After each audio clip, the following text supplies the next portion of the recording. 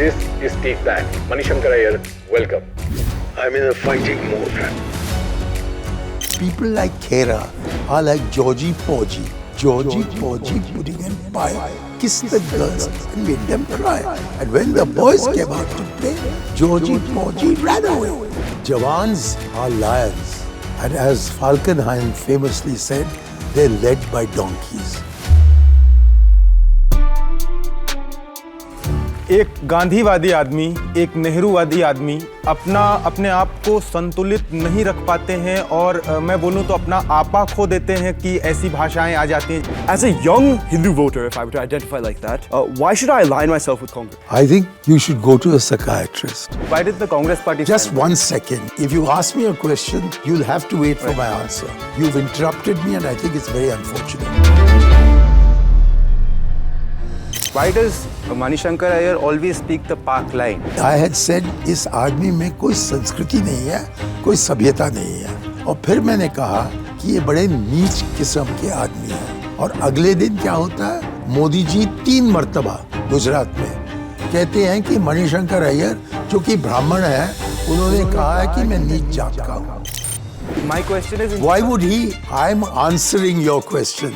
If you ask me a question, you must give me the courtesy, what I would call the sabhyata and the Sanskriti, to not behave like Modi, but to behave like Jawaharlal Nehru. तो मुझ में एक हिम्मत है जो कि मैं गांधी जी से सीखा और पंडित जी से सीखा. हम इस पे अभी चर्चा करेंगे. और मुझको फक्र है कि आप सोचते हैं कि मैं गंदे शब्दों का इस्तेमाल करता हूँ. So I haven't enslaved myself to the Congress Party, a camp follower of a genocidal maniac and a lunatic who's running Washington. आप अफवाहें सुनते हो और फिर यहाँ पहुँच जाते हो, तो मैं कहता हूँ हाय किस किस्म की शिक्षा इन्होंने अपनाया है. However, sir, every time we've made a break, you seem to love reading me, but not like you don't love hearing me. I was never anything more than a cog in the wheel. So I was not driving the wheel. I was being driven by the wheel. I think it's a waste of time talking to you. You see, the Congress can take nothing from me because they've given me nothing. मेरे समझ में नहीं आया है कि आप सहानुभूति व्यक्त कर रहे हैं या उनके गालियों के साथ जुड़ रहे हो. And you would never have asked me any of this if I'd politely said, "May I disagree with Mr. Khera?" Do you think I'm nuts? अरे जरा सुनो. I am the only rat I know who has jumped onto a sinking ship. Perhaps an India that is not secular does not deserve to survive. Fortunately, I'm 85 years old, so death will overcome me before they appoint me to the Rajya Sabha. Born in Lahore in 1941, a city that would shortly cease to be Indian, Shankar Aiyar arrived in this world already predisposed to argue with the arrangement of things. His father died in an air crash when he was 12. An insurance policy discovered providentially helped pay for his education in Doon, where by his own admission he was the poorest boy in India's richest school. Rajiv Gandhi was 3 years his junior there. Frankly, and I'm quoting here, he said, "Frankly, Rajiv knew me in school, I did not." Mani went on to study economics at St. Stephen's, and by 1961, when he left, he was a red-hot Marxist. Cambridge confirmed the diagnosis. He joined the Marxist Society there, asked searching questions that nobody could satisfactorily answer, and eventually concluded that Marxism's comfort with violence was incompatible with a man who could not eat trout on Fridays because it was served with its head on, its beady eye staring directly at him. So he did what every bright young man of the early 60s did. Cleared the civil service examinations and opted for the foreign service. He was briefly rejected after the British Information Service apparently filed a report on his radical years. He rushed back to Delhi and fought for reinstatement until a file produced the following.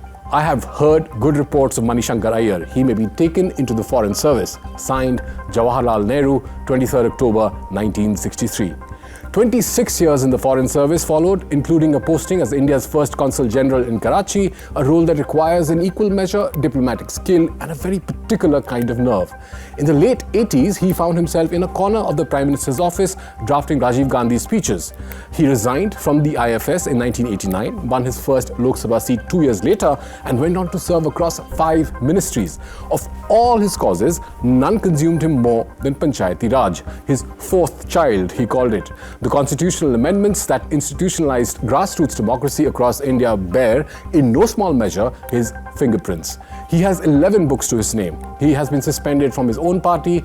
He describes himself as an unreconstructed socialist and a secular fundamentalist. Two positions he holds apparently without contradiction. At 85, he remains what he has always been, a radical in a Doon school blazer, constitutionally incapable of saying less than he thinks. Today, that quality is not a liability, it is the whole point. This is Take That. 10 students, 2 rounds, 4 minutes each, to the hardest question they carry or the most honest take they dare to say out loud. Shankar Aiyar, welcome. Thank you very much. Thank you.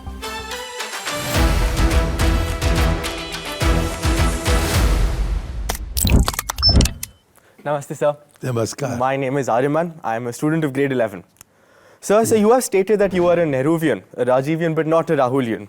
Pointed out flaws during his leadership and has said that you were let down in your ambitions by Rahul Gandhi. And sir, the fact he has not delivered electoral success has seriously increased questioning on his credibility as a leader of the Congress. And fair enough, sir, it's nearly been a century of election losses under him. And sir, he's been labelled as a non-performing asset by the BJP, and you have been labelled an always performing liability by them.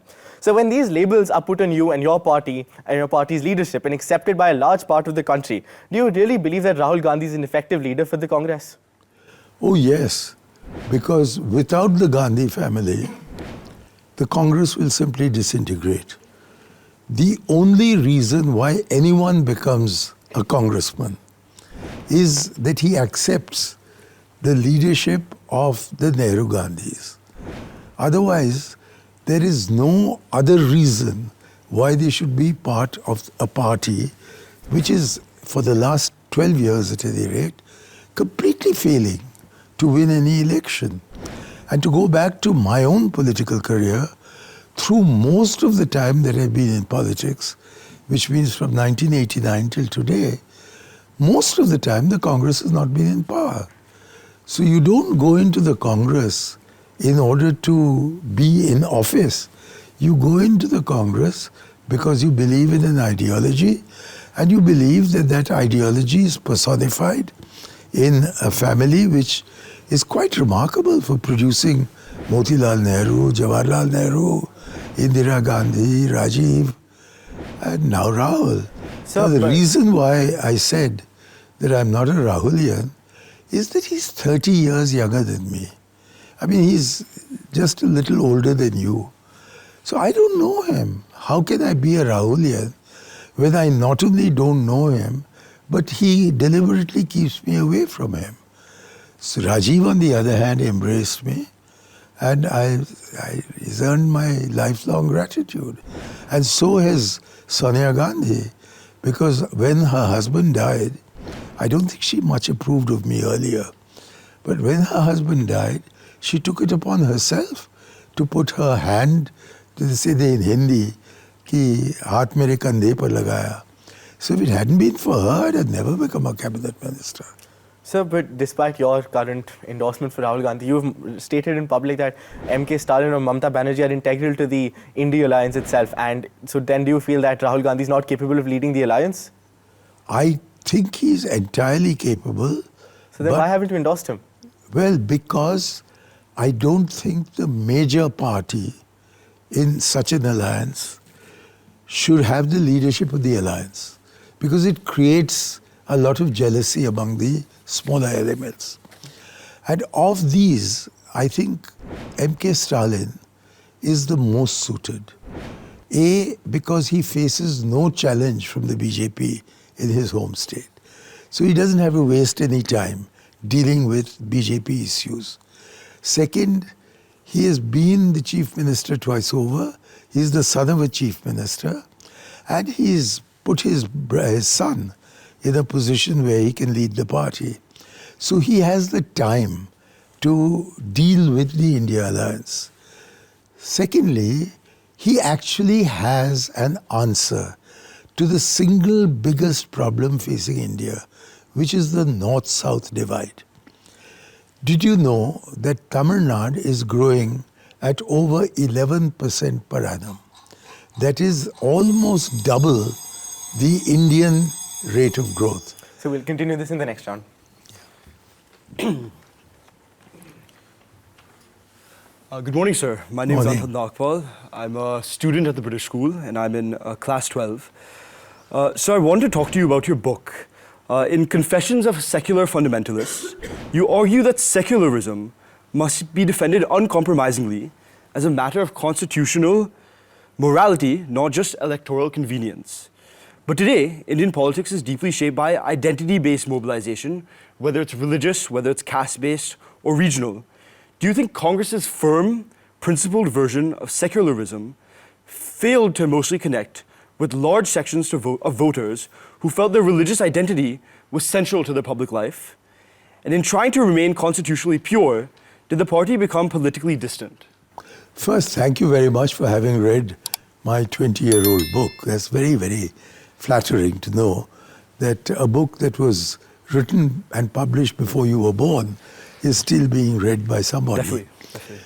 My answer to your question is that the Hindu community regards Hindutva as pseudo-Hinduism. They do not accept that Modi and his saffron crowd are genuine Hindus. Sure. That is why he's never got more than 1/3 of the vote of the electorate. Now, in a country where 80% at least of the people are Hindus, you cannot lose 2/3 of the electorate 3 times over unless at least 60% of Hindus do not regard Hindutva as the Hindu religion. Okay. So the fundamental assumption of your question is wrong. The only way this country, Hinduism is the most secular religion in the world. It's a religion that is infused with skepticism. Okay. And all these Semitic religions are infused with certainty. Sure. They know what the truth is. We say we don't know what the truth is. Yeah. We say that the truth is one. There are many roads to it. We are the only religion in the world which actually has atheists, the Charvakas, as part and parcel of Hindu philosophy. So we are a very, very tolerant religion. And this communalization of Hinduism that is being undertaken by the present establishment amounts to the Semiticization of Hinduism. Okay. That is why I call it a pseudo-Hinduism. And if the Congress party, Sure. as it does seem to do from time to time, accepts your point of view and thinks that we'd better become a B team in order to grab the attention of the Indian electorate, it's a huge mistake. It's a mistake of principle, it's a mistake of ideology, it's a mistake of practical politics.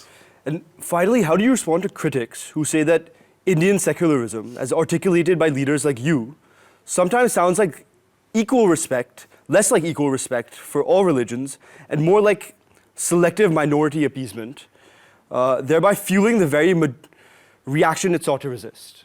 Well, this word appeasement has been thought up by the Hindutva crowd. They call it Tushtikaran. And they've been trying to push Tushtikaran for about 1 century now. Okay. And they've never been elected until Modi came. But hypothetically speaking, and No, yeah. sorry. I have to finish my answer to your first question. Hinduism is distinct from Hindutva. Okay. And only Hindutvists vote for Modi. Hindus don't. Okay. As I said, 60% of Hindus don't. Sure. We'll have to continue this Not conversation allowed next to round. ask your next question, next round. Namaste, sir. Namaskar. I'm Prateek Kumar Singh, currently pursuing postgrads in जरा जोर से बोलो. journalism. बुलंद आवाज की बिल्कुल जरूरत sir. है. मेरा सवाल आपसे है, जयराम रमेश कहते हैं मणिशंकर हैं कौन, और आपकी तुलना सुब्रमण्यम स्वामी से करते हैं। हरीश रावत जो कि एक वेटरन लीडर हैं, आपको फ्रस्ट्रेटेड इंडिविजुअल बताते हैं आपके कमेंट्स पर। पवन खेरा और आपके बीच का जो विवाद है वो जग जाहिर है। क्या कांग्रेस पार्टी अपने वरिष्ठ नेताओं के बारे में कुछ नहीं सोचती, कुछ नहीं उन्हें समझती, या सिर्फ मणिशंकर अय्यर जी से किनारा करती है जो फ्री स्पीच के नाम पे पॉलिटिक्स में अक्सर डर्टी लैंग्वेज या फिर मानहानि का जोखिम उठाने वाले मुकदमों की अक्सर टिप्पणी करते रहते हैं? या क्या वाकई में आप कांग्रेस मेरे के समझ में नहीं आया है कि आप सहानुभूति व्यक्त कर रहे हैं या उनके गालियों के साथ जुड़ रहे हो। मैं सिर्फ आपने सवाल आपने कर दिया है, मुझे जवाब देने की इजाजत दीजिए। बिल्कुल सर। कांग्रेस पार्टी में हमेशा मतभेद रहा है। बदरुद्दीन तैयब जी 1888 में उन्होंने कहा, क्योंकि मुसलमानों ने उनका खंडन कर रहे थे जबकि वो प्रेसिडेंट बनाए गए कांग्रेस के, उन्होंने बहुत माफ़ी मांगकर कहा कि कांग्रेस सेशंस आप हर 5 साल कीजिए, और उनको बताया गया कि नहीं, आपको बनाया है प्रेसिडेंट। तब से लेकर बाल गंगाधर तिलक हो, गोखले हो, उनके बीच में मतभेद थे। लाला लाजपत राय और मदन मौलवी हो या गांधी हो, तो उनके बीच में मतभेद थे। बाप और बेटे के बीच में, मोतीलाल नेहरू और जवाहरलाल नेहरू के बीच में इतने मतभेद थे कि चौधरी खलीकुज़्ज़मा अपने किताब पाथवे टू पाकिस्तान में कहते हैं कि हम वहाँ जा ही नहीं सकते थे क्योंकि बाप और बेटे के बीच में इतना झगड़ा होता था कि भोजन हम नहीं खा पाते थे। तो कांग्रेस और अंत में जाकर गांधी जी ने कहा कि जब कि जवाहर को अपना सक्सेसर बना रहे हैं, तो किसी ने कहा लेकिन वो तो आपसे मतभेद रखते हैं, और गांधी जी का जवाब क्लासिकल था। उन्होंने कहा कि जब मैं नहाए हूँ तब जवाहर मेरी आवाज़ में बोलेगा। तो मैं उस परंपरा का हूँ, मैं समझता हूँ। और मैं भूल गया आपसे कहने कि सुभाष बोस को कांग्रेस से निकाला गया, और जब उन्होंने अपना इंडियन नेशनल आर्मी शुरू किया, उसने ब्रिगेड्स का क्या नाम दिया? एक का नाम दिया मौलाना आज़ाद ब्रिगेड, एक का नाम दिया गांधी ब्रिगेड, एक का नाम दिया जवाहरलाल नेहरू ब्रिगेड। तो कांग्रेस में जो एक वातावरण होनी चाहिए लोकतांत्रिक, वो है, और है तो कम से कम था। उसको बचाने के लिए बहुत ही ज़रूरी है कि पार्टी के भीतर मतभेद हों, क्योंकि मतभेद से ही नए सोच उभर कर आते हैं। सर माफी चाहूंगा, पर और जबकि आप कहते हो कि मैं गंदे शब्द का इस्तेमाल करता अक्सर, क्योंकि आपके जैसे आपने कई बारी पवन खेड़ा जी के बारे में कहा कि ये उन्होंने मेरे बारे में क्या कहा? पर सर उन्होंने कहा कि he does not represent the Congress party in any capacity whatsoever. I am the PCC member for Kumbakonam town. What does he mean I don't represent the party in any capacity? Had he said he does not hold a post in the Congress party whatsoever, मैं मान लेता। और फिर एक बार नहीं, सन 2024 में उन्होंने ये कहा और फिर इस साल को कहा। तो मुझ में एक हिम्मत है जो कि मैं गांधी जी से सीखा और पंडित जी से सीखा। हम इस पे अभी चर्चा करेंगे। और मुझको फक्र है कि आप सोचते हैं कि मैं गंदे शब्दों का इस्तेमाल करता हूँ। बताइए मेरे जवाब में कोई गंदा शब्द आपके कान में पड़े? Madam. Good morning, sir. I'm Anya. I hope I'm loud and clear. I'm a first-year student from Lady Shri Ram College for Women, and my question starts off a bit of a philosophical note. I hope I'm loud. A little louder. Yes, sir. Yes, sir. So I want to start with the philosophical question of the ship of Theseus, which means if you replace every plank of a ship over time, is it still the same ship? So, sir, you joined the Congress ship in 1989, and over decades, your political identity became inseparable for one sole goal of yours, which was Panchayati Raj, which I completely admire, by the way. But recently, you've spoken about political ideological hesitation within your party, which is from multiple levels, where you've said that in Kerala recently, that other parties should pick up the baton that Congress dropped. And further, seeing like your contenders, like BJP itself, let's say in UP, they jumped from rank 15 to rank 5 in the devolution index. So your contenders itself are imbibing the main things that you argued for, sir. So my question is this: if the leadership is different, the ideology is what you have said and called scarred, and the mission itself has been abandoned by your own house, at what point do you admit that the ship you joined 37 years ago, it's not the same? I don't admit it at all. I went from the foreign service into politics. I had 10 years before me. And the Prime Minister at that time, Rajiv Gandhi, insisted that I had the ability to become the Foreign Secretary. So my friend Suman Dubey still remembers my saying that I am the only rat I know who has jumped onto a sinking ship. So at the time when I joined the Congress had a massive defeat. We came down from 414 seats to 192. And I'm still in the Congress, at least as far as I know. I haven't received a letter, although Pawan Khera has claimed I'm not in the Congress. He's not the president, Mr. Kharge is. And Khargeji has not sent me a letter saying you're thrown out. So I have been consistent through victory and defeat. So I'm not an opportunist. But I know that I have a mind of my own. Although I didn't go to LSR, I regard myself as an LSR product in the sense that I was taught at St. Stephen's to have an independent mind. And I do have an independent mind. So I haven't enslaved myself to the Congress Party. But what is this independent mind based on? A deep admiration for Mahatma Gandhi, who picked me up in his arms along with my brother Swaminathan when I was 6 and he was 4. And he said, "Ye mere aankhon ke suraj aur chand hai." That is what Gandhiji said of me and to me at the age of 6. Nehru became the Prime Minister of India when I was 6 years old. He died when I was 23. I was brought up in Nehru's India. All my values are derived from his life and thinking. So I am in the Congress for ideological reasons. And although I've experienced a lot of ups and downs, I have not changed my opinion on the fundamentals. And what do I regard as the most fundamental principle of the Congress ideology is the words in which Rajiv Gandhi spoke in the Lok Sabha on the 5th of May, 1989. If you would go to the Parliament Library, I don't know whether they'll let you in, but you will find there on record what he said. He said, "Only a secular India can survive." And his next sentence was, "And perhaps an India that is not secular does not deserve to survive." I want to hear Rahul Gandhi speak his father's words in his own voice. Namaskar, sir. Namaskar. My name is Raghav, and I'm a grade 11 student at Sanskriti School. Sir, you're a former diplomat, right?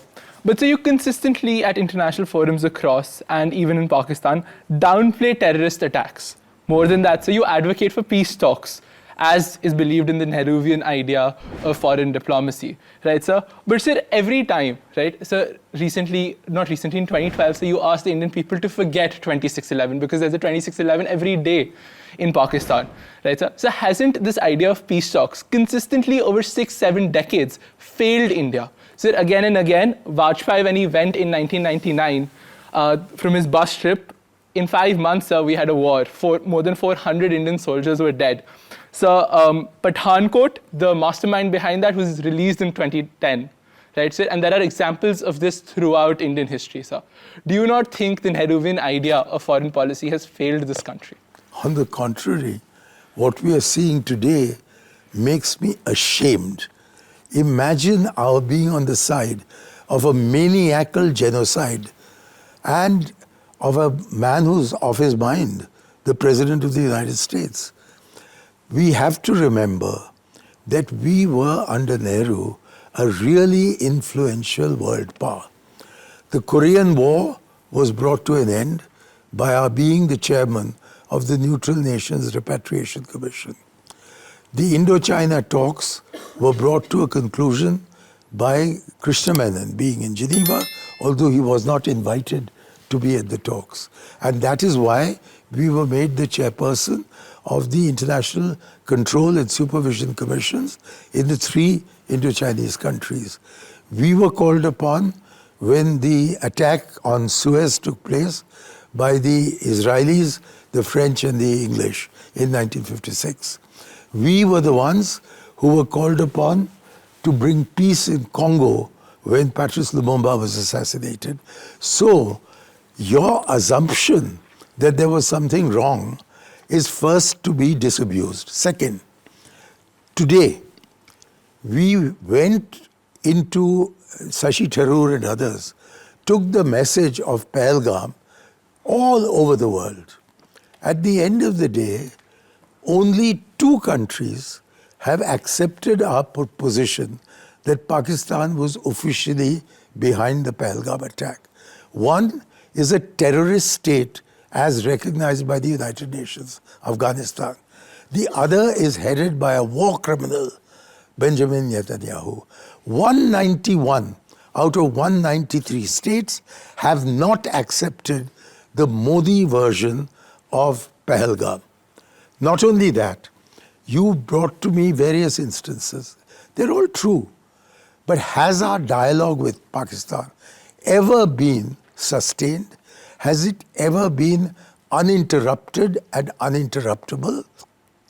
Unless you negotiate with your opponent on a continuous basis and continue it until it concludes, you can never find a solution. So therefore, the fault lies with both our governments, that they have not sustained the dialogue. And as far as my personal experience is concerned, which is very considerable with Pakistan, I was the first ever Consul General sent to Karachi by whom? Atal Bihari Vajpayee in the Moraji government. And I have been back to Pakistan. I've been back from Pakistan now for 44 years. And in these 44 years, I have visited Pakistan. You come again to this exact point. Sure. Good morning, sir. Good morning. Sir, my first question would be, was calling Prime Minister Modi a niche army a political blunder? Because your own very party did not stand Not by at all. If you take the context and my words, not Modi's interpretation of my words, but my context and my words, what was I asked? I was asked about why Modi had said at the inauguration of the Ambedkar Bhavan on the 6th of December 2017 that ये राहुल गांधी बाबा साहब के बारे में क्या जानता है जबकि बाबा भोलेनाथ के पीछे भाग रहा है. तो मैंने कहा कि ऐसी बात दर्शाती है कि इनमें कोई तहजीब नहीं है, कोई तमद्दुन नहीं है. Why did the Congress party Just one second. You have to, if you ask me a question, you'll have to wait for my answer. You've interrupted me and I think it's very unfortunate. My apologies. I was saying कि I had said इस आदमी में कोई संस्कृति नहीं है, कोई सभ्यता नहीं है. और फिर मैंने कहा कि ये बड़े नीच किस्म के आदमी हैं. और अगले दिन क्या होता है? मोदी जी 3 मर्तबा गुजरात में कहते हैं कि मणिशंकर अय्यर जो कि ब्राह्मण हैं, उन्होंने कहा है कि मैं नीच जात का हूँ. मैंने कभी नीच जात की बात की? हाँ, मैं मानता हूँ जो दूसरा प्रश्न आप मेरे सामने रखने वाले थे कि कांग्रेस ने क्या किया, उन्होंने मुझे सस्पेंड किया. लेकिन आज तक, और अब तकरीबन 9 साल हो चुके हैं, किसी कांग्रेसमैन ने मुझसे नहीं पूछा कि आपने क्या कहा. और आज तक यूट्यूब देखे तो जो मैंने कहा वो वहाँ है, उसको देखिए. तो जबकि आप अफवाह सुनते हो और फिर यहाँ पहुँच जाते हो, तो मैं कहता हूँ हाय हाय किस किस्म की शिक्षा इन्होंने अपनाया है. You must go back to the original source. That is the lesson I request you to follow at the end of my answer. And I don't know whether we have time, but you can ask your next question. Did you, sir? Why didn't you reach out to the Congress president then? I said it in this context, so I should not have been suspended, and it's got misinterpreted. Well, there's a very simple reason. Why was I taken into the Congress? Because I was the Prime Minister's very close associate. My question is... Why would he... I'm answering your question. Right. Please don't be in a hurry. Right. Or don't ask the question. Right. If you ask me a question, you must give me the courtesy. Absolutely. What I would call the sabhyata and the sanskriti. Absolutely. To not behave like Modi, but to behave like Jawaharlal Nehru. Right. Which is that I was taken into the Congress, made a cabinet minister, over a period, I won 3 elections and I've given a turn in the Rajya Sabha. So I've been a member of the Congress party in Parliament for 21 years. That's longer than you've lived on earth. So why would a person like me want to harm the Congress? I say something, the obvious thing, even somebody on death row is asked to give a statement before he's hanged. I have not been asked by my leadership either about my so-called chaiwala remark or my so-called neech aadmi remark or my recent comments on Pawan Khera and K.C. Venugopal and others. Nobody's asked me. Why not? I am not a prisoner in the dock. I am a senior congressman. I have seen senior congressmen put aside, like Kamlapati Tripathi and others. But they were treated with respect. We'll continue to the next. Hello, sir. Good morning. Good morning. I'm Nishita. And my first question would be that you've been a part of Congress for decades. The party has gone from ruling India to struggling for relevance. At what point do senior leaders like you accept that maybe the ideological framework you championed failed to evolve with India? Do you think that your generation overstayed its influence? And do you think that your generation overstayed its retirement? No, I think we are still very relevant. After all, we do have 101 seats, if I'm not mistaken, in the Lok Sabha. We are the leader of the opposition. We are used to being in power. We used to being out of power. We are used to falling from power. We are used to rising to power. So I do not think that the period through which you passed most of your life is typical of India's political life. After all, the RSS was formed in 1925. It's 100 years, and they've been in power now for 10. 90 years the people of India have rejected this lot. True, your life has been dominated by this lot.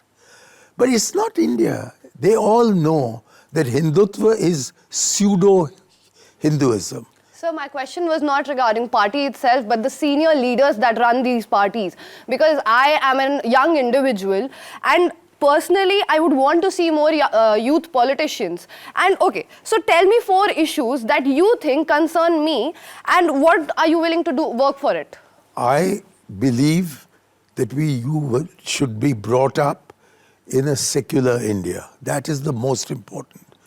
Diversity is the basis of our unity. If that is not there, you don't have a future as an Indian.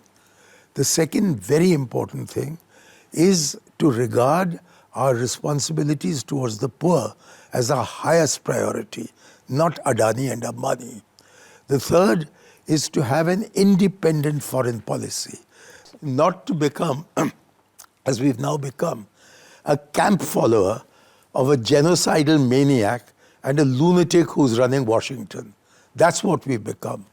And my fourth most important point is that we must show compassion. We must show compassion towards our minorities. If we don't do that, we are betraying the freedom movement. I think And you don't think these 4 are relevant to you? I completely agree they are very relevant. But if you talk to a youth leader, if you talk to all of us here, we would be more concerned about employment. We would be more concerned about what kind of education we are getting, and that is not being worked upon. What do you think I meant when I said that we should base our economic policy not on what Adani and Ambani want, but on what our people want? In that one phrase, I was embracing not only educated upper middle class people like you, but also my cook, my chowkidar. It's they who require the priority. So, if you want to ask me about employment, I'll tell you. If you want to ask me about something else, education, I'll tell you. But you restricted me by saying no more than 4 points. No. So I gave you my 4 points. So you yourself admitted in the starting that you're not very cool with technology, you're not very cool with AI. It is the generation of AI. And we need leaders who understand these technologies. We need leaders who understand how AI works, because that might take our jobs. There are many people who understand this. And at least you give me the credit for having confessed that I know nothing about this, even before you asked. I'm telling the truth about myself and about Modi. I'm telling the truth about myself because that is the basis on which I've led my life. Thank you. Good morning, sir. Morning. My name is Jayati. I'm also a grade 11 student at Sanskrit School. My question is with reference to your statement about P.V. Narasimha Rao, where you regarded him as the first BJP-minded Prime Minister that India has ever had, despite him leading a Congress cabinet. Even in your book, Memoirs of a Maverick, you stated that when you confronted Rao about secularism, he told you, and I quote, "Mani, you don't understand that this is a Hindu country." So if you believe that Congress, while in power, could be ideologically hollowed out to a significant extent to allow a BJP-minded Prime Minister to rule over its own cabinet, especially over critical moments in Indian political history like the demolition of the Babri Masjid itself, how do we expect the voters of today to actually perceive Congress as the big brother of an alliance to protect India from the BJP Because today? once he did that, when he said that to me, you quoted me absolutely accurately, when he said that, within a month, the Babri Masjid fell. And he was sleeping on the job. He was in meditation. He knew 18 languages and couldn't make up his mind in any one of them. This man was deeply, his career began by a movement against the Nizam and under the influence of a man called Swami Ramanand. And that is why he made that outrageous statement that we are a Hindu country. My answer you didn't quote, which is, I thought we were a secular country. And as a secular country, I believe that Hinduism is a secular religion, that it is not based on being against any other religion. In fact, it is a congeries of beliefs rather than a single body of belief. And I not only said that, I said not only that P.V. Narasimha Rao was the first BJP Prime Minister of India, I also said that Atal Bihari Vajpayee was the last Congress Prime Minister. Because although he was in the BJP, his entire value system was based on the influence of Jawaharlal Nehru. And after that, we had a technocrat who joined the Congress party only after he was named finance minister. So he's a very good man. He's a very secular man. But he wasn't a congressman. And that is why I said that Narasimha Rao was the first BJP Prime Minister and Vajpayee was the last Congress Prime Minister. And I don't know why in India we don't seem to understand the significance of irony. Irony is very much a kind of Oxbridge thing. And maybe that is my fault, that I am a Macaulay ki aulad, that I use the English language like a rapier. And when you use it as a rapier, then you have to make some exaggerations in order to bring out the fundamental point you're ready to bring, which is not whether Narasimha Rao was a BJP man or a congressman. It is to say that he let down the Congress and that Vajpayee, far from letting down the BJP, he actually brought into existence a Congress policy towards Pakistan, which our friend here is going to receive an answer to when the next round takes place. Can I ask a follow-up, sir? So keeping on the theme of the pervasive force of soft Hindutva, a lot of radical critiques pervasive force of? Soft Hindutva, like Hindutva. Soft Hindutva. People often consider Congress to also be responsible for a lot of the prevalent Hindutva policies that we see in contemporary India. From the opening of the locks in Babri Masjid to not being able to contain the... We'll continue later. Please bring it up in the second round. Yes, sir. Namaskar, sir, and as you know, I'm a Tharf. So my first question is about Pawan Khera. Yes. So you said, and I quote, "They put someone like Pawan Khera as the official spokesman. I have absolutely no respect and complete contempt for Pawan Khera." I have absolutely no respect and complete contempt for Pawan Khera. In addition, you also called him a puppet who repeats what Jairam Ramesh tells him and called him a parrot rather than a real spokesperson. So, my question is, sir, are you making these remarks on factual information, or is this just a sharp critique of the Congress party stemming from bitterness for them or of Pawan Khera, and in your own words, making you a scapegoat? I reiterate all the words I've said, and I'm not being bitter. In fact, I don't think I'm bitter at all. I can't be a Gandhian and be bitter. But if I'm a Gandhian, I have to tell the truth as I see it. And as the truth as I see it is that given Pawan Khera's limitations and the abilities of at least another 100 congressmen I can name, I'm astonished that a man like him is being made the spokesman and is now becoming an MP from Rajasthan. It's on par with several of the other bizarre appointments that have been made in the recent past. You have a front bench that includes Shashi Tharoor, Gaurav Gogoi, Jyotiraditya Scindia, and half a dozen others, Manish Tiwari. And you pick on Adhiranjan Chaudhary, a gunda from Murshidabad, to be the leader of the opposition. I mean, what kind of choice is this? So therefore, I regard Pawan Khera as one of a whole series of recent appointments in the Congress, which I disapprove of. And I have the courage to say so. You see, the Congress can take nothing from me because they've given me nothing. And that is a very Gandhian position to be in. If you don't want what they're ready to give you, then you can always stand up to them. And I'm simply standing up to a machinery that has gone rather sour. So may I ask a follow-up to that? Of course. And sir, but why did you use such language such as quote-unquote kick him in the bottom instead of doing something more effective, such as bringing this up to Mr. Kharge? You wouldn't have asked me this question if I'd used that language. The only reason I'm amazed that somebody like me, who's a complete outsider now, has so much influence in the Congress party that they have to deploy their spokesman to provide galis against me.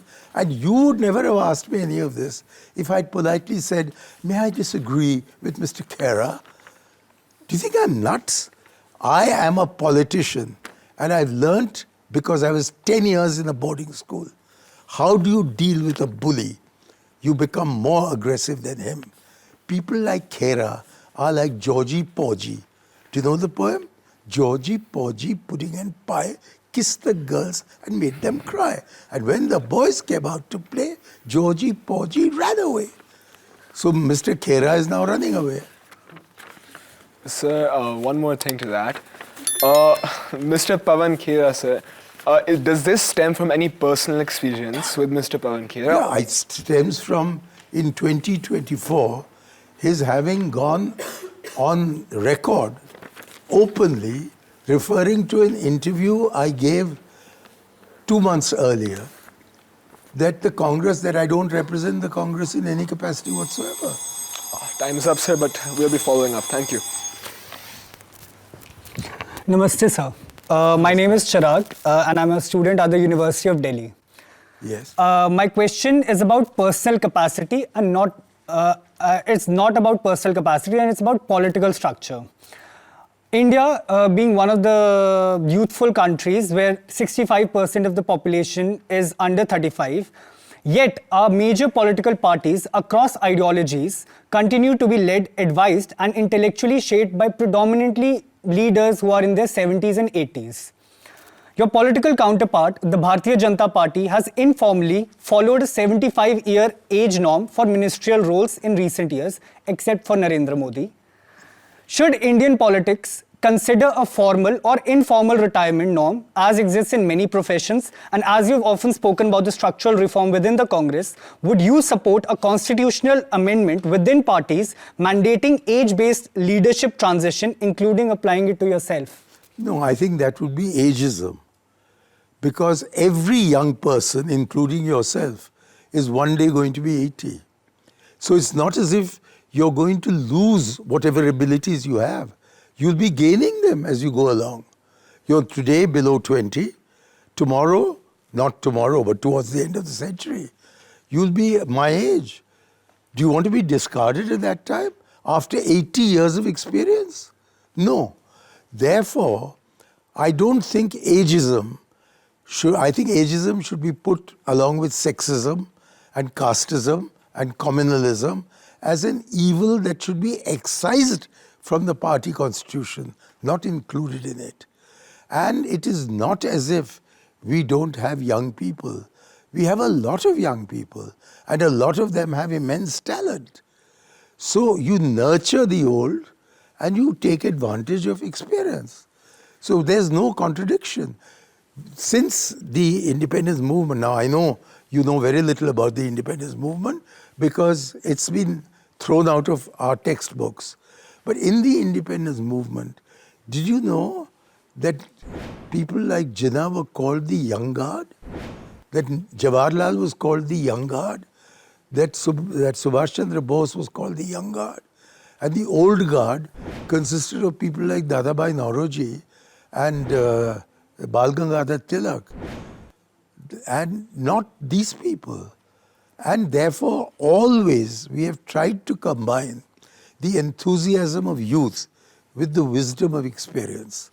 And that is how a party becomes dynamic, that the young become older, and the older keep listening to the young, because without that, they cannot renew themselves. But sir, is it possible that senior leaders, however experienced, sometimes unintentionally delay the rise of very voices they say the party needs? At what point does mentorship become overstay?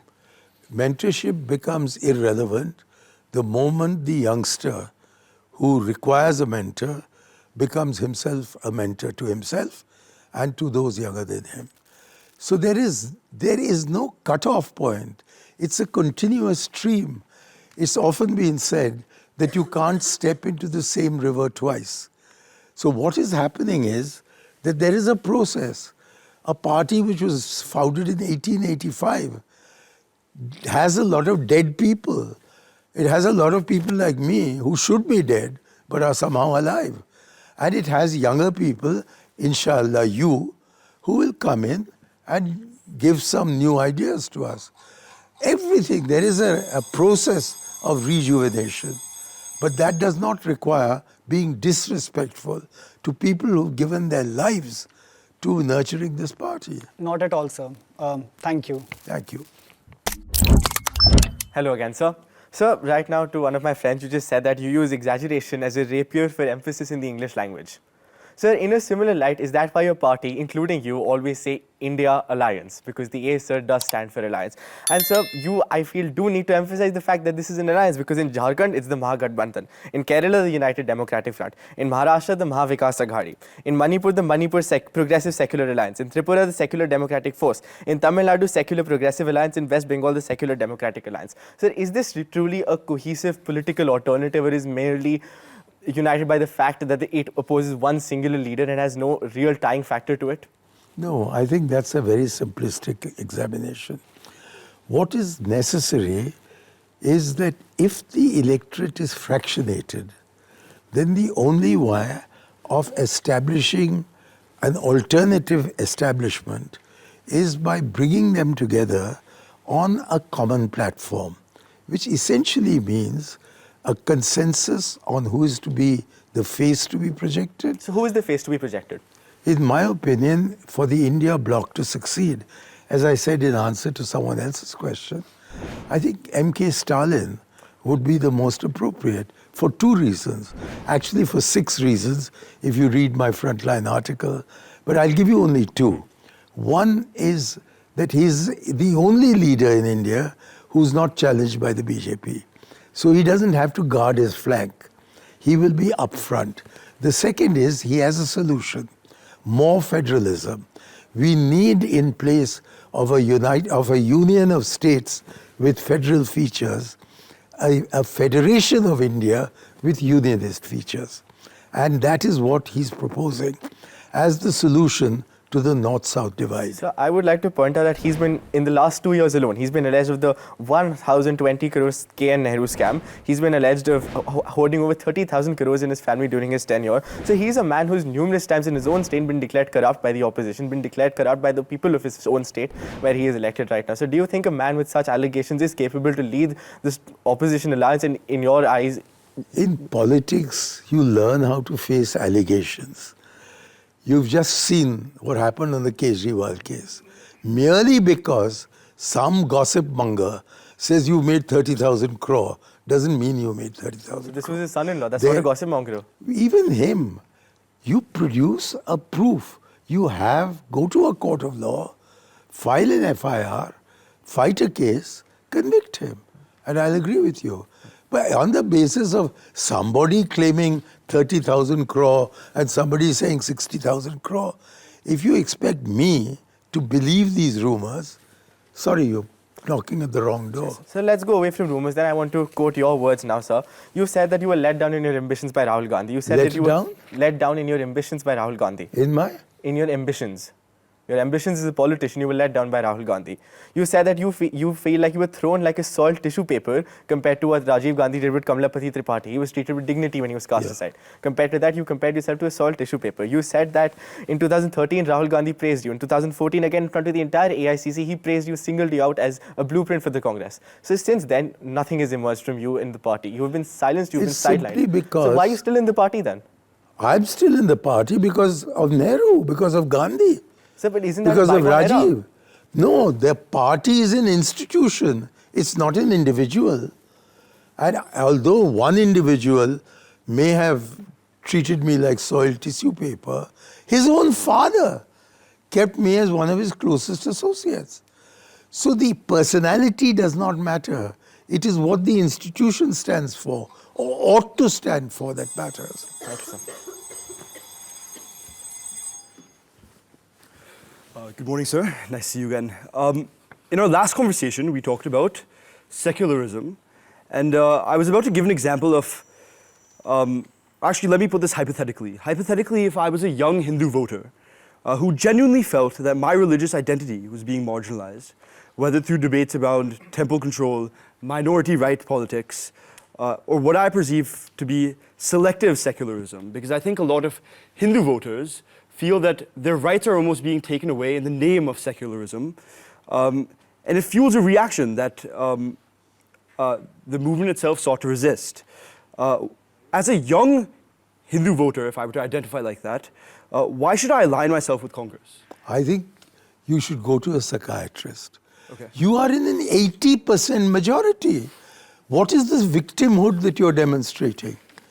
I think it is absurd to imagine that most Hindus regard Hindutva as Hinduism. They regard Hindutva as pseudo-Hinduism, which is why approximately 60% of Hindus have never voted for the BJP. So please don't get caught up in this Hindutva false propaganda. I mean, in some states, Hindus are a majority, but they don't receive minority protections, even if they're, regionally small in number. And I think because of that, there's a reaction that's just been fueled by the masses. That is what they are trying to promote. But the fact of the matter is that what they call Tushtikaran, I call compassion. I regard it as my highest duty as an Indian to ensure that not a single hair on a Muslim head is cut off against his will, and certainly not his neck. And the hypocritical manner in which this Modi government has gone on and on about Hindus in Bangladesh, when here Muslims are being slaughtered every day. And when he himself presided over a genocide of 1,000 Muslims in one day. 1,000 Muslims in one day. Yeah. That, of course, was before you were born. Yes. So perhaps you don't know. But it was the most shameful moment for me as an Indian. So I don't accept the basis of your question. Sure. No, I just want to re-clarify that I'm not against secularism. I'm not, if anything, I would identify as someone for secularism. But I think the question was really aimed at the fact that under the name of this movement that people are pushing, or at least the Congress is pushing. Please give me one instance Just give me one instance. Well, in several you can states take like the Shabano Tamil Nadu, case, Kerala. You can take the opening of the locks. You can take whichever incident you want. Show me one example of Tushtikaran. Now, I have given you two examples, which are probably the most controversial. The locks at Babri Masjid were not opened by Rajiv Gandhi. They were opened by that shifty, slimy creature called Arun Nehru. And as a result of that, he was thrown out of the cabinet in October of the same year and went on to form a dissident party, which he called the National Front and which Rajiv called the National Affront. Second, when it comes to Shabano, what was the Supreme Court judgment on the Daniel Latifi petition in 2001? It was that far from having negated the Supreme Court judgment, his act on the rights of Muslim women on divorce, 1986, was actually carrying out the instructions of the court. That's what the Supreme Court said after deliberating this matter for 15 years. So these are the two major examples that are given of Tushtikaran. So in your words, it's more propaganda than... Sorry? In your words, it's more propaganda that's being spread. They're total propaganda. And the only way of answering propaganda is either to ignore it or to refute it. I've done both. Yes, it was nice speaking to you. Hello sir जनाब एक गांधीवादी आदमी, एक नेहरूवादी आदमी अपने आप को संतुलित नहीं रख पाते हैं और मैं बोलूं तो अपना आपा खो देते हैं कि ऐसी भाषाएं आ जाती हैं। जैसे मेरा पिछला सवाल था कि आप सर इतने सीनियर हैं, इतने वरिष्ठ हैं, आप अपने आप को कंट्रोल में भी कर सकते हैं, उन आलोचनाओं से आप वो कर सकते हैं कि नहीं ठीक है मैं ऐसी और तब आप मेरा ध्यान नहीं देते। आप यहाँ पहुँचे हैं क्योंकि आपको पसंद नहीं लगा कुछ शब्दों का इस्तेमाल।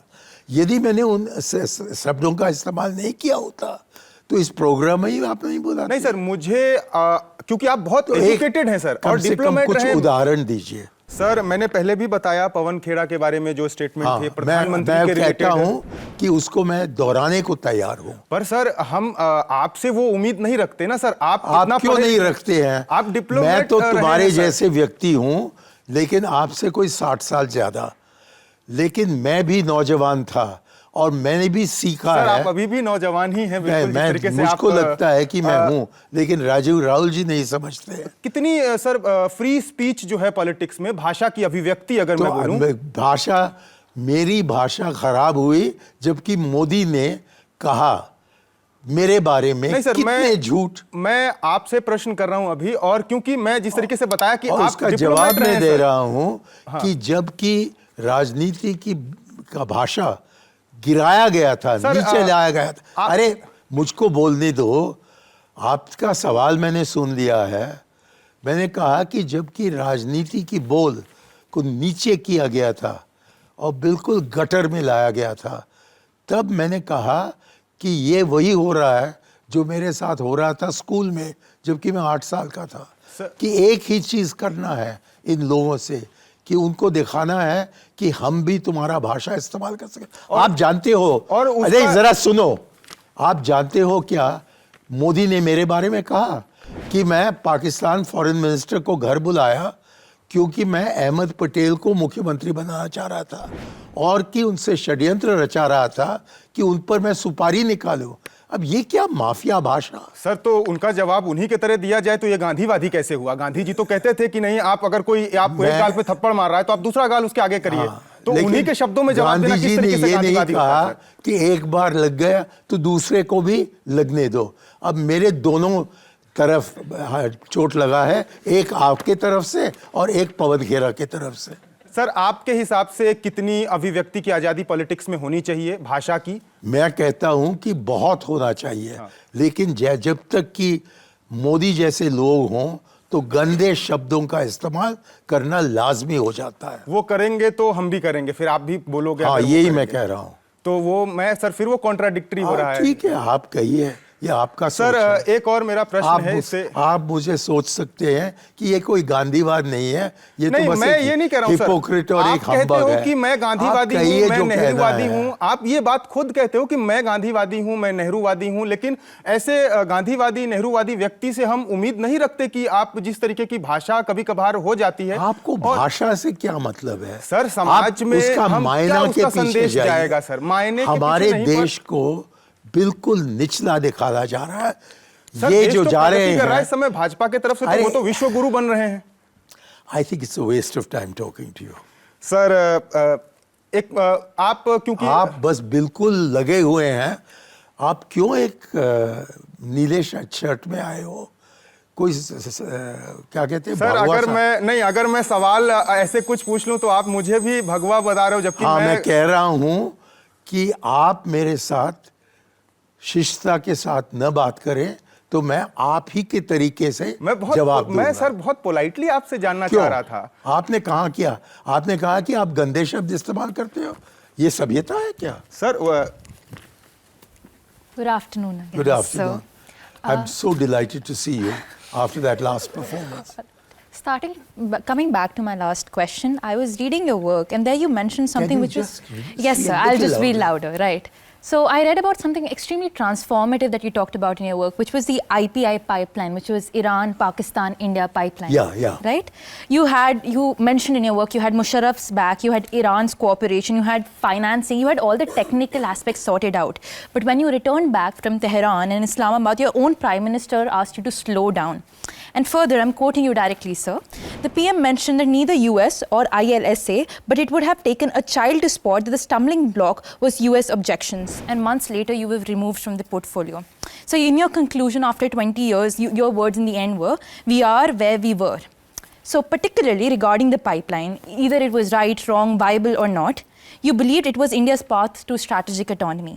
Your own party killed it while you were still building it. So looking back, why did you continue to give Congress your loyalty, your presence, your credibility for 20 more years? Because inevitably in politics, there will be conflicting demands of equal importance. In the case of the United States, the reason why Dr. Manmohan Singh went there was not for the civilian nuclear deal. He went there for a different purpose, and it was George W. Bush who suddenly made the proposal that we'll give you a civil nuclear deal. But he made it clear to him that in exchange for that, you cannot have an economic relationship with Iran.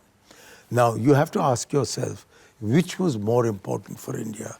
In my view, gas for Rajasthan took precedence over a civil nuclear deal.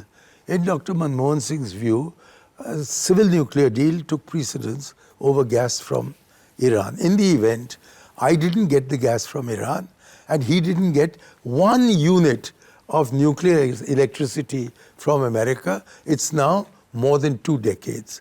So therefore, you make your decisions on the basis not necessarily on ideological contradictions, but what you see as being consistent with your ideology, but your prioritization may be different.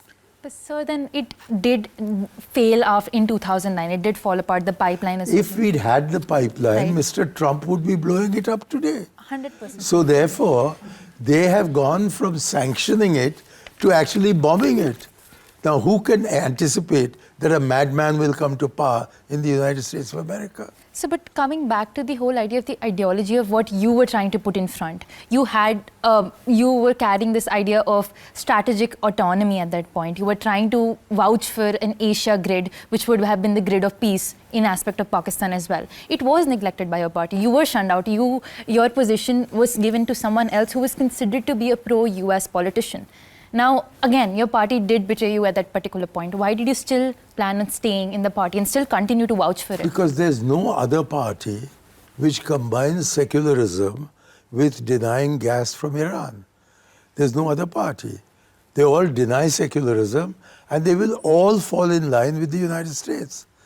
So it takes a Gandhi, it takes a Nehru to stand up against the bully, to not bend your knees before insolent might.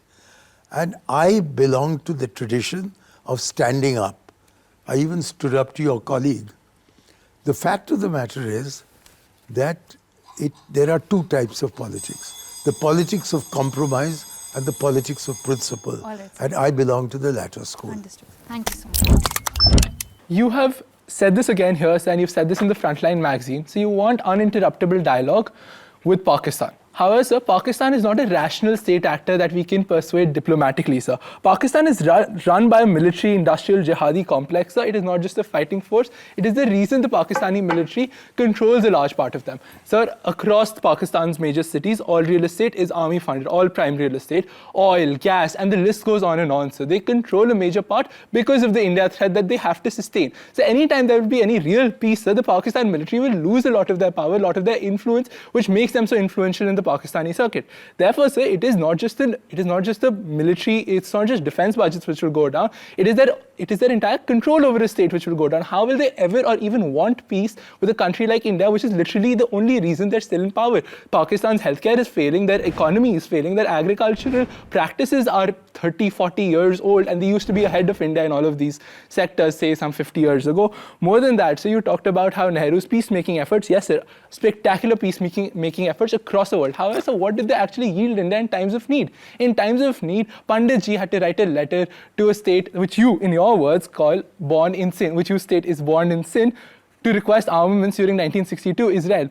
Mr. Nehru had to write a letter to Ben Gurion. So all of these peacemaking efforts, what have they actually yielded the country? In comparison, sir, since 2014, sir, terrorism deaths due to of civilians is down 70%, security personnel 60%, sir.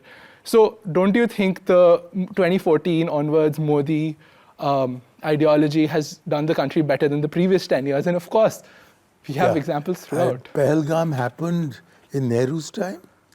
Pulwama happened in Nehru's time. We lost more than 30,000 square kilometers of territory. I'm sorry. You asked your question. Sorry, I listened to it patiently. Right. Sorry. And you have no alternative but to listen to my answer patiently. I agree. Sorry. You were praising Modi's Pakistan policy. It's so full of holes. All these terrorist attacks have taken place after he decreed that it was a terrorist state. So it shows that either we don't know how to protect our own country, or that Pakistan is easily able to penetrate whatever security net is being placed. My answer to your question is my 3 years in Pakistan as the Consul General and my 40 visits to Pakistan in the last 43 years. It is completely untrue to say that everything is run by the army. It is what is in fact more true is that when the army is in power, we are able to make breakthroughs. Yeah, you seem to be wanting to interrupt me, so carry on. Sir. But sir, every time we've made a breakthrough with these army generals, as you've written in your Frontline magazine, sir, I love reading it every single day.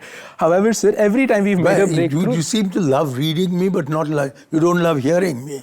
Let me finish my argument. Sir, you are not asking a question, you're making a speech. Sorry, sir, please. Apologies. So please listen to me because I have only 1 minute left because you've taken 3. Sorry, sir, please. How can I answer you in 1 minute? I was telling you, at least I hope before it rings, I can answer this. The biggest breakthrough made in India-Pakistan relations at the beginning was the Indus Waters Treaty under Ayub Khan. The second biggest breakthrough we made was in Zia-ul Haq's time, when I was the Consul General in Karachi. At the end of Rajiv Gandhi's tenure, he gave an interview to Sunday magazine. You've lost the opportunity to get an answer. Because you've not asked questions. You made a speech. You could have easily asked your question in 2 words. But we'll talk about this afterwards.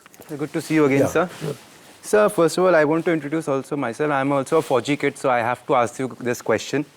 Why does Shankar Aiyar always speak the Pak line? You famously or infamously once said we should be more empathetic towards the Awam of Pak as they face terror attacks every month. Fair enough, sir, but why doesn't Shankar Aiyar have the same sympathy for the Indian Army Jawans who killed by Spark-sponsored terrorists? Because I have sympathy for any Jawan killed anywhere. Jawans are lions, and as Falkenhayn famously said, they're led by donkeys. The people who send them into war never die. It is the soldier who dies, and therefore I have total sympathy with Indian Jawans, with Pakistani Jawans, with Chinese Jawans, now with American Jawans. It is the leaders who fail in their politics, who fail in their diplomacy, and then tell our generals to sort out the mess. But how can they come into our land, kill our 26 people, and then we can't be sympathetic to a country who comes to our land and kills our people? Did the country come? 191 out of 193 member states of the United Nations have not accepted your story. So you're saying me that 26 people been killed in Pahalgam, Pakistan Of course has they've nothing been to do killed. with it? Pakistan has nothing to do Yeah, with but it? who killed them? The first story was they were killed by 3 Kashmiris and 3 Pakistanis. And then the houses of these 3 Kashmiris were burnt down. Then suddenly the narrative changed and it became 3 Pakistanis. And what did you do? You first started Operation Sindoor, which is a Hindu word. Have you ever heard of an operation named after Hinduism? Then you had Operation Mahadev. Then you had Operation Shakti. These are all Hindu terms. And you claimed that you had killed the Pakistani terrorists. In that case, what are you frightened of? The fact of the matter is that if you want to aggravate a problem, send for the military and kill your Jawans. If you want to solve the problem, you have to have the courage to sit across the table and talk to the other side. If you're so courageous that you can undertake surgical strikes, why the hell don't you have the courage to sit across the table and talk to the Pakistanis? To talk to the Pakistanis does not mean to surrender to their demands.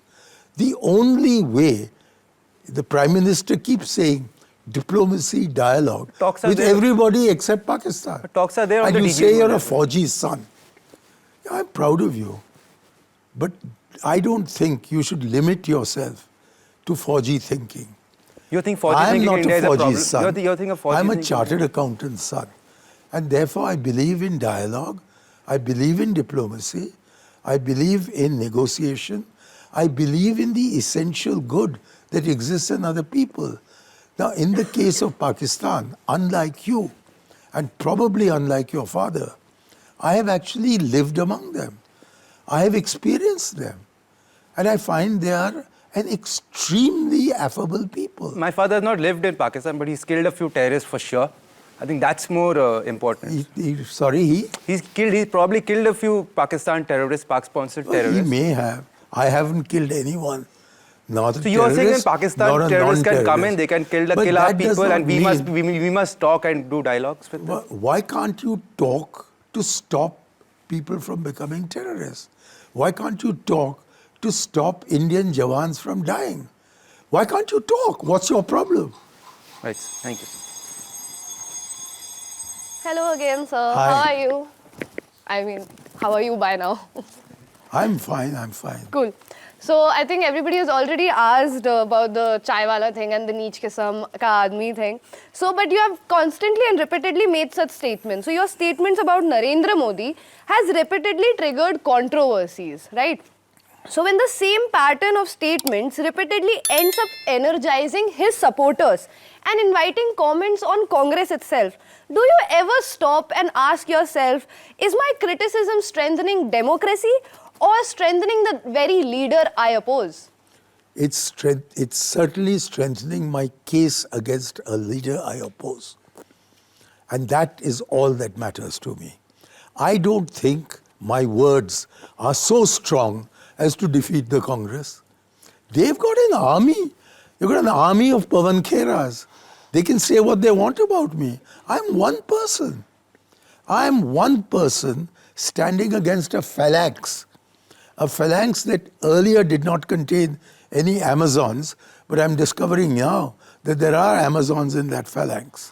So there is absolutely nothing I gain. There's everything I lose. But I do it because, forgive me, I am a Gandhivadi. I believe in telling the truth. I believe Satyameva Jayate. And the truth only wins at the end. In between, there is controversy. And you don't spark a controversy unless you have the resilience, the strength, the moral standing to face the controversy and then override over it. Sir, do you think that your entire political identity today is more defined by opposition to Narendra Modi than by a positive vision for India? I don't think the two are contradictory. The only way you can stand up for India is to be opposed to Narendra Modi. He is the negation of everything in our civilization, everything in our freedom movement, everything in our constitution that makes me proud to be an Indian. And I'm proud of being Macaulay ki aulad because I'm not Ellensborough ki aulad.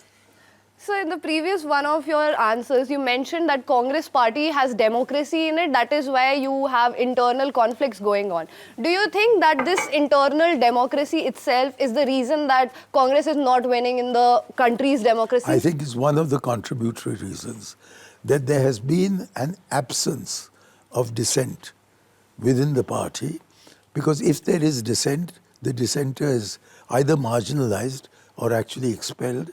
And there are no forums within the Congress party today in which you express your opposition.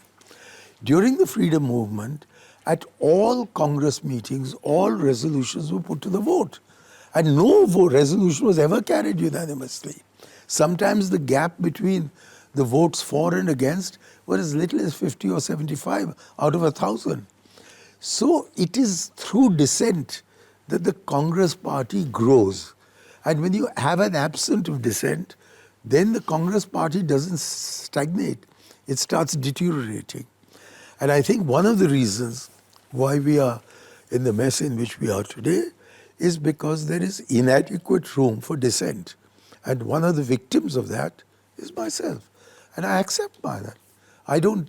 Fortunately, I'm 85 years old, so death will overcome me before they appoint me to the Rajya Sabha. So I have no problems.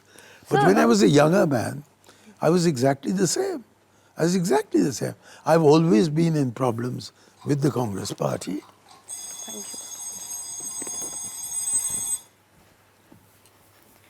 Hello again, sir. So to provide a little context to the question, it revolves around two statements that you've made weaved together. The first one is obviously you stating that you're a Gandhian, Nehruvian and Rajivian, but not a Rahulian, citing a generational gap and a lack of opportunity to work with Mr. Rahul Gandhi.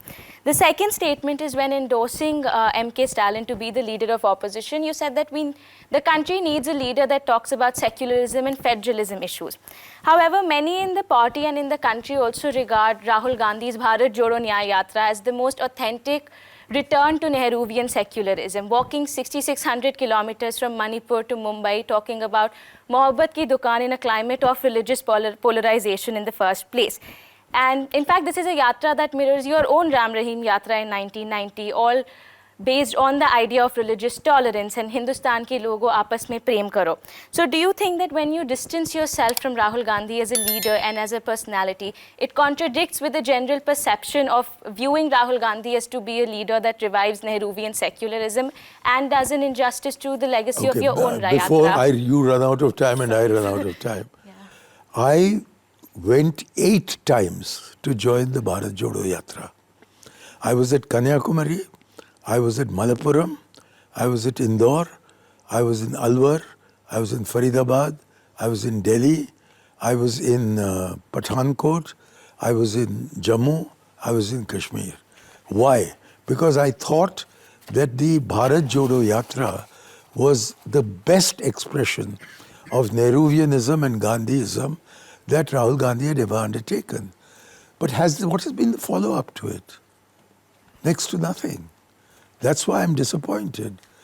I would have thought that that yatra would have led to a whole series of demonstrations, fasts, seminars, discussions on the nature of India's secularism. It hasn't. So therefore I'm disappointed. I'm disappointed because my hopes were high.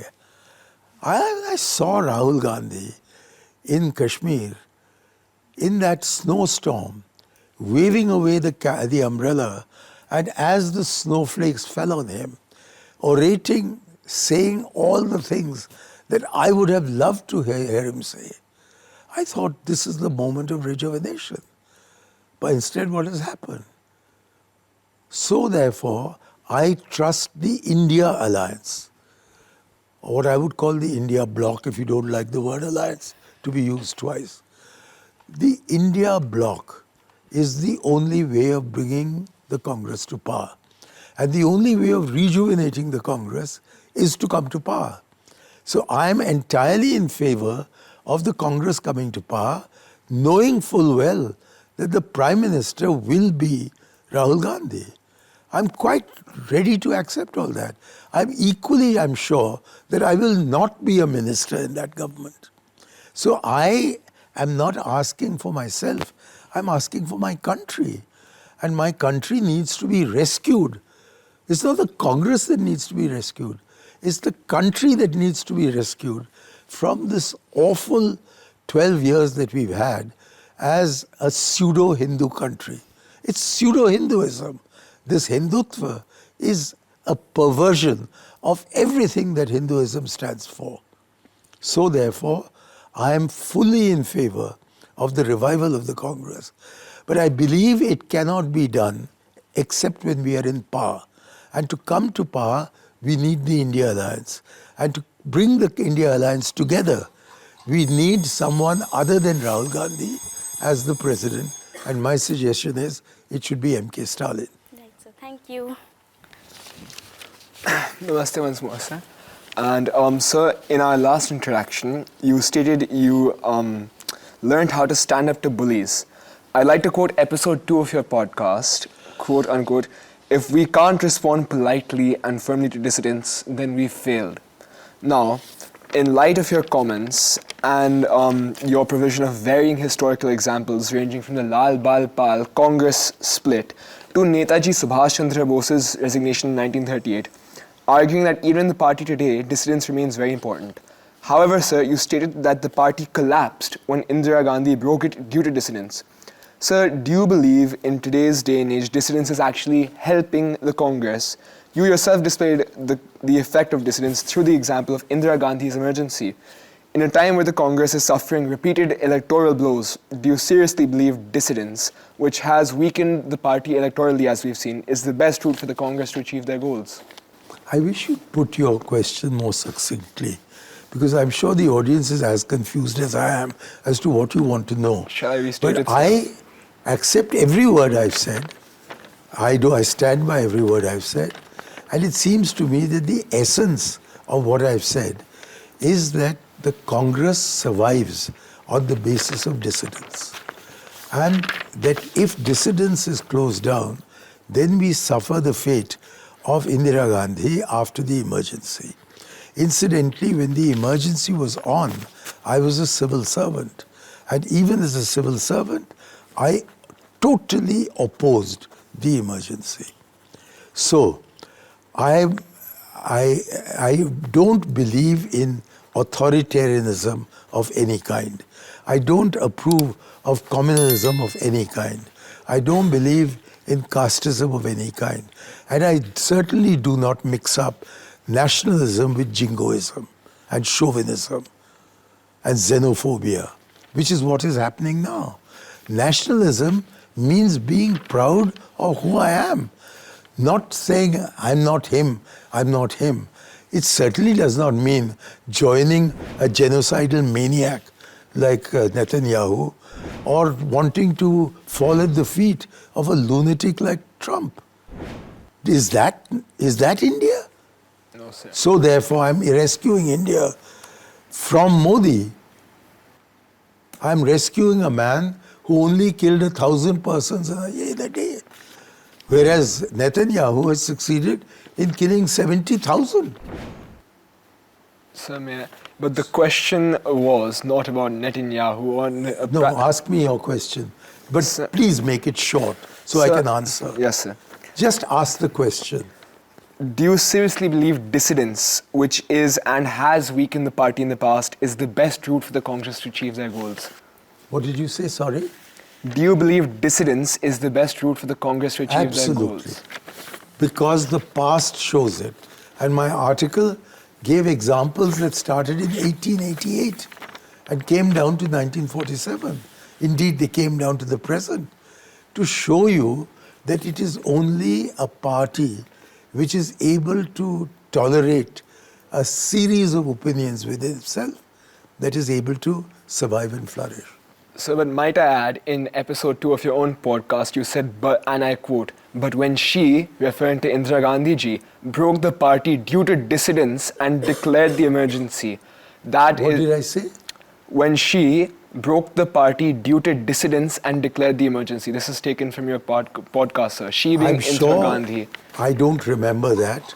But what I meant was that when she wouldn't tolerate dissidence and broke the party, it was then that the downward curve began. Understood. Thank you very much, sir. Thank you. Namaskar, sir. Yeah. Sir, Congress has faced repeated national electoral setbacks since 2014. You were a part of the intellectual and strategic ecosystem that shaped the party's direction for decades. Do you accept any structural responsibility for the decline of Congress? Or you believe the crisis began entirely after your active policy-making phase? And as you've mentioned earlier as well that you are a staunch Gandhiwadi, is Congress only there for winning moral arguments while they lose on the electoral argument? I was never anything more than a cog in the wheel. So I was not driving the wheel, I was being driven by the wheel. And therefore, I just do not regard myself as important enough to have either been responsible for the successes of the Congress or to have been responsible for the failures of the Congress. I was only ever just a cog in the wheel. But in that capacity, up till about the beginning of this century, I was given several opportunities of expressing myself in Congress fora. And my advice was often taken, and when it was not taken, I was given reasons for why it was not taken. But for the last 25 years or so, all this democracy within the party has been progressively stilled. And I believe that it is the stilling of democracy within the party over the last quarter century that prepared the ground for the disaster that overtook us in 2014. I don't think 2014 would have happened if the Congress had not got so internally weakened. In fact, episodically, I have said in my book, which some of you seem to have read, that if only in 2012, when both Sonia Gandhi fell seriously ill with cancer and Manmohan Singh had 6 bypasses, if we had made Pranab Mukherjee the Prime Minister and Dr. Manmohan Singh the President, I don't think we'd have suffered what we did in 2014. Because between 2012 and 2014, there was no governance. There was none. And it was into that vacuum that they spelled. So there are always basic reasons and proximate reasons. So the basic reason was that dissidence was being crushed within the party. The proximate reason was that Pranab Mukherjee was not made the Prime Minister. And I've said this to Sonia Gandhi, I've said it to her in private, I've said it to her in public. And so long as she was there, she was like a magnet that could attract the iron shavings of a very disparate opposition. That quality has not been evident in recent years. She somehow, I don't know what magic there is in her, but she made people who had been abusing her for being born in Italy come knocking to her door to join her. And I've seen that.